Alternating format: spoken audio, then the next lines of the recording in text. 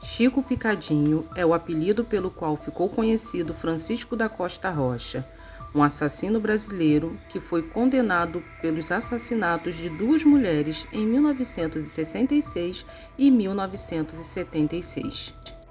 Nascido e criado em Vila Velha, no estado do Espírito Santo, ele teve uma infância muito pobre. Seu pai era exportador de café e o abandonou ainda criança junto de sua mãe. Tendo que trabalhar, ela deixava Francisco com uma amiga na cidade de Cariacica.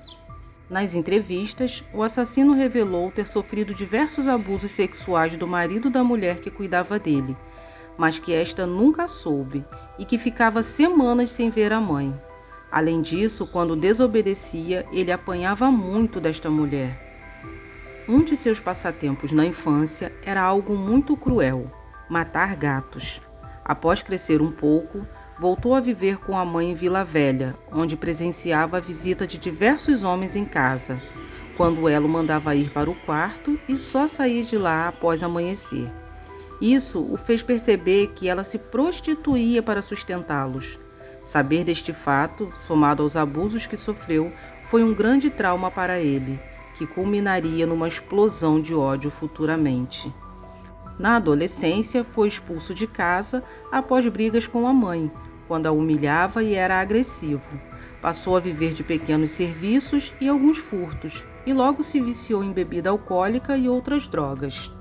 Bissexual assumido, revelou à junta psiquiátrica, após ser preso pelos crimes, que não se importava em ser passivo ou ativo. O importante era continuar sendo homem e ter muito prazer. Gastava grande parte do seu dinheiro com jogos de azar e prostitutas.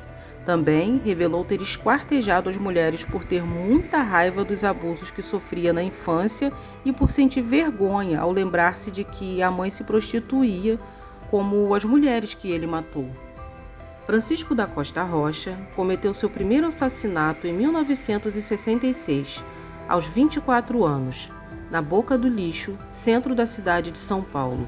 Nesta época, vivia uma vida muito boêmia, com muita bebedeira e mulheres, e também usava drogas. Com o passar do tempo, sentia a necessidade de ter relações sexuais diariamente, além de drogar-se e beber muito. A vítima, Margarete Suida, era uma bailarina austríaca que vivia há poucos anos no Brasil. Ela também era uma mulher de vida boêmia e eventualmente fazia programas sexuais. Gostava da noite e era conhecida de seus amigos. Após beberem muito e passarem por diversos bares e boates da região, Francisco a convidou para terem relações sexuais. Ela aceitou ir ao apartamento na Rua Aurora, local que Francisco dividia com Caio, seu amigo, que era médico cirurgião da aeronáutica. Após a relação sexual, ele tornou-se violento e a atacou, passando a estrangulá-la com a mão, e terminou o crime enforcando-a com um cinto. Após ver Margarete morta no quarto, pensou que deveria sumir com o corpo. Tirou o trinco da porta do banheiro para melhor locomoção e colocou o corpo de barriga para cima na banheira. Usou os primeiros objetos que estavam à sua disposição. Lâmina de barbear, tesoura e faca foram os principais usados. Começou a cortar os seios, depois foi tirando os músculos e cortando as articulações, a fim de que o corpo ficasse menor para escondê-lo. Vale ressaltar que Francisco esquartejou Margarete pelo fato de ter medo das ações que viriam após ter causado sua morte, concluindo assim que teria de ocultar seu cadáver. Demorou de 3 a 4 horas até desmembrar a vítima e pô-la dentro de uma sacola, pois também sabia que seu amigo com quem dividia o apartamento estaria para chegar. Quando Caio chegou, Francisco disse que tinha uma coisa para contar e falou que havia matado alguém. Não contou como nem porquê, mas disse que o corpo ainda estava no apartamento. Pediu um tempo para Caio para que pudesse avisar sua mãe e contratar um advogado. De fato, viajou à procura da mãe.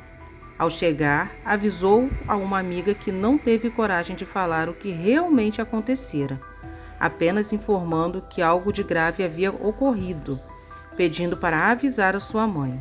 Ao retornar, seu amigo Caio havia avisado a delegacia de homicídios, que prendeu Francisco. Ele não reagiu à prisão em momento algum. 10 anos após esse crime brutal, ele foi liberado por bom comportamento.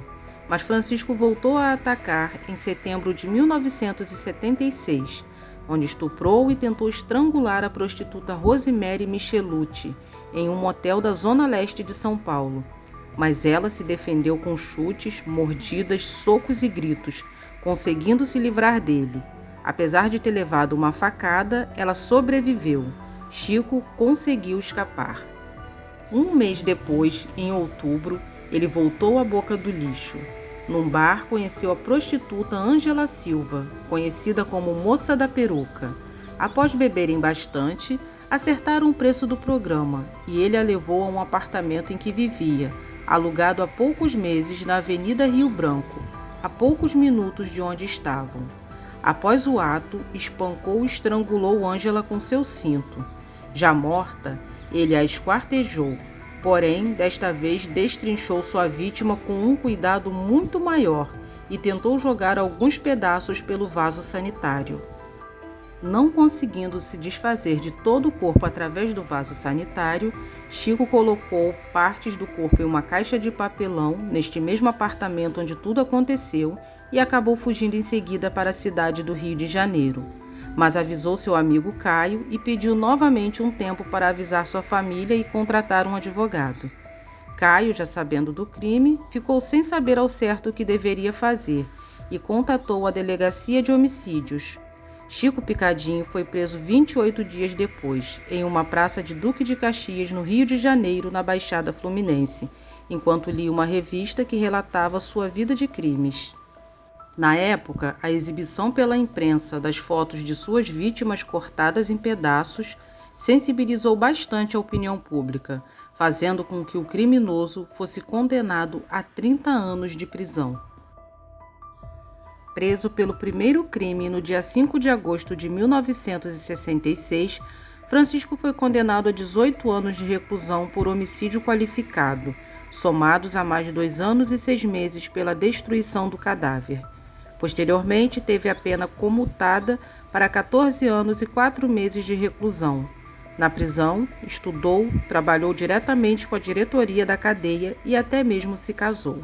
Em 1974, 8 anos após o primeiro crime, obteve a liberdade, tendo o parecer realizado pelo Instituto de Biotipologia Criminal excluído o diagnóstico de personalidade psicopática.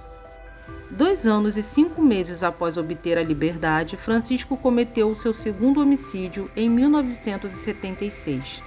No julgamento, a sua defesa alegou que o motivo do crime não seria torpe, salientando que Francisco sofria de insanidade mental. Nesse momento, o acusado, após ser examinado, foi considerado semi-imputável, por se tratar de portador de personalidade psicopática de tipo complexo. Mesmo assim, o Conselho de Sentença condenou Francisco por 4-3 a 22 anos e 6 meses de reclusão. Em 1994, Francisco foi submetido a exame psiquiátrico detalhado, o qual culminou na instauração de incidente de sanidade mental e na consequente remoção do mesmo para a Casa de Custódia e Tratamento de Taubaté, com o intuito de obter tratamento médico. O Ministério Público, por sua vez, pediu a decretação de interdição em estabelecimento psiquiátrico de regime fechado. A defesa ainda lutou pela obtenção da liberdade, em razão do cumprimento total da pena, mas o Superior Tribunal Federal negou o provimento por unanimidade de votos. Em 1º de março de 2017, teve a sua soltura determinada pela juíza Sueli Zeraich de Oliveira Armani, da primeira vara de execuções penais de Taubaté. Francisco da Costa Rocha estava preso na Casa de Custódia de Taubaté devido a uma interdição civil pedida pelo Ministério Público e aceita pela Justiça de São Paulo em 14 de dezembro de 1998.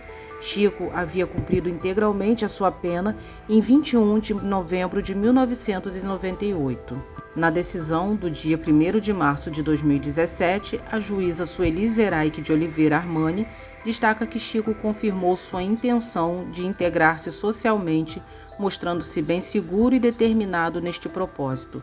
assim como bastante lógico no raciocínio desenvolvido e coerente em suas colocações. De acordo com exames, há diagnóstico de transtorno de personalidade inespecífica. Porém, sua conduta é classificada como ótima pela direção da Casa de Custódia. A juíza Sueli Zeraich de Oliveira Armani classificou a prisão de Chico como absolutamente ilegal, já que se dá devido apenas a uma interdição civil e excede os 30 anos previstos pela lei. A decisão de interdição especificava que Chico deveria permanecer na unidade carcerária temporariamente. Porém, segundo a magistrada, do temporário ali deliberado já se vão 20 anos, caminhando-se daí para a perpetuidade.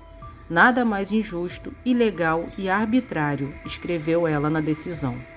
Para o Ministério Público de São Paulo, que havia pedido a sua interdição, Chico já quitou sua dívida com a Justiça. Ele já cumpriu em termos de quantidade toda a pena que lhe foi aplicada e só segue preso devido a uma interdição civil. Como ele não tem nenhum parente vivo, nem para onde ir, acabou ficando na casa de custódia, disse o promotor Luiz Marcelo Negrini. Estudante de direito à época dos crimes, Chico Picadinho é um homem muito lúcido e até hoje passa seus dias praticando pintura. Ao cometer seus crimes, ele agiu sob a influência do romance Crime e Castigo, de Dostoiévski, a quem chamou de Deus em uma entrevista. Também é um grande fã do autor Franz Kafka. Esse foi um breve resumo da vida de Francisco da Costa Rocha, o Chico Picadinho. Qual a sua opinião? Chico deveria permanecer na prisão ou a justiça foi feita? Se inscreva aqui no canal para mais histórias, deixe seu like e compartilhe esse vídeo.